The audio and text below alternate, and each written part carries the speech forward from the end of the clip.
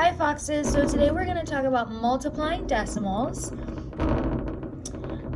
So we've got a problem here, 76 1/10 times 9 6/10. And our first step in multiplying decimals is going to be to line them up.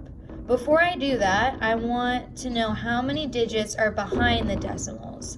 So behind this decimal, I've got 1 digit, and behind this decimal, I've got another digit. So there's 2 digits behind the decimals. Now, I'm going to take those decimals out and line it up just like I would if they were whole numbers.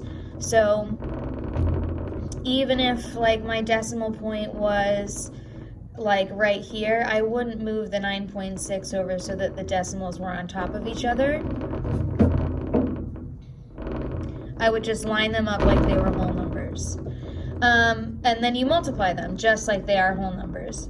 And I went ahead and did that.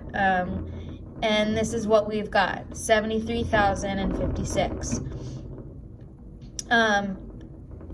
Obviously, when you guys do this at home, I want you to do it yourself and show your work, because you guys know how to multiply multi-digit numbers. So anyway, and then step 3 would be to put the decimals back. So how many digits were behind the decimals? We figured that out. It was 2. Now we're going to move that many places over. So right now, if this is a whole number, my decimal is right here. If I move 2 spaces over, my decimal is right here. So my answer would be 730 56/100.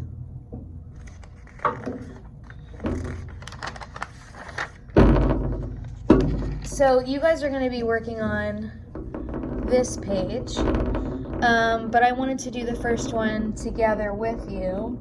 I don't have a calculator.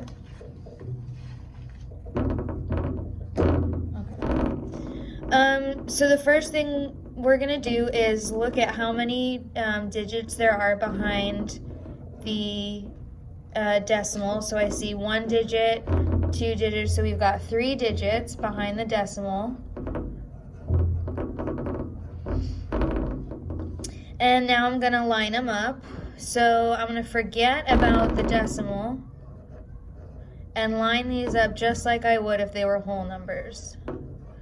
Then I'm going to multiply them together and get, again, you guys should be doing this on your own, but for the sake of time.